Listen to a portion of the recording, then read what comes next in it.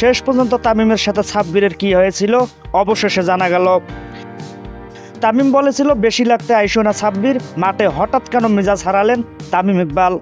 কয়দিন আগেও মাঠে মেজাজ হারিয়ে আলোচনায় এসেছিলেন তামিম ইকবাল। রংপুর রাইডার্সের বিদেশি স্ক্রুপ এলেক্সেলসের দিকে তেরে গিয়ে জরিমানাও গুনতে হয়েছিল তাকে। এবার আবারও উত্তপ্ত পরিস্থিতি দেখা গেল ফরচুন বরিশাল বনাম ঢাকা ক্যাপিটালসের ম্যাচে। এবার অবশ্য সাব্বিরের সঙ্গে বিবাদে জড়ালেন খান সাহেব।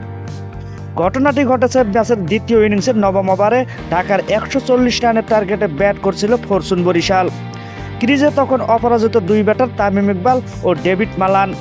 তামিমের একটি শর্ট বাউন্ডারি লাইনে ঠেকিয়ে সেটি বলার বা উইকেট কিপারের কাছে ফেরত না পাঠিয়ে একটু সামনেই ফেলে দেন সাব্বির রহমান।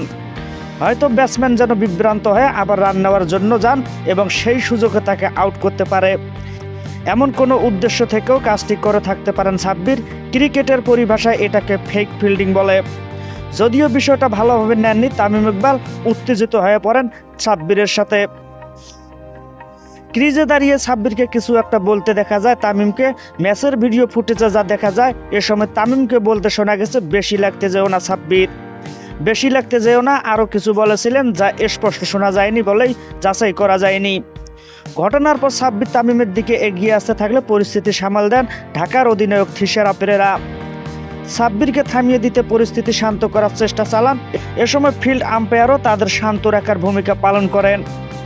এদিন ঢাকার বিপক্ষে 8 উইকেটে বড় জয় পেয়েছিল ফরচুন বরিশাল।